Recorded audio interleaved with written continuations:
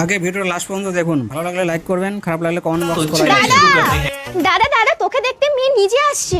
আমাকে ভাল লাগে না, এরা সব কি শুরু করেছে তো কি জানি। এই শুভ, তুই ঘরে যা। আসুন আসুন। আসুন আসুন বসুন। এখানে বসতে আসিনি, ছেলেকে ডাকুন, কথা বলবো। দিদি মেয়ে কি বলে? চুপ কর ছোট, এখন যুগ পাল্টে গেছে। এই শুভ, হ্যাঁ মা বলো। এই কথা বল। এই মালটা নাম কি? আমার নাম শুভ। বলছি কাজ বাজ কি পারো? আমি একটা হাই স্কুলের টিচার। চলবে না চলবে না, চল। চাকরি এলো ছেলে না। বলছি আপনাদের বাড়িতে আর কোনো ছেলে আছে? এই আমি শুভর দাদা শোনা, কেন কি হয়েছে? ও আমার সোনা, তুমি কি কাজ পারো? আমি থালা বাসন মাজতে পারি, রান্না করতে পারি, বাচ্চা সামলাতে পারি, বললে তোমার কাপড় ছায়াও ধুয়ে দিতে পারবো। মা, আমার এই ছেলেকেই পছন্দ, আমি এই ছেলেকেই বিয়ে করবো।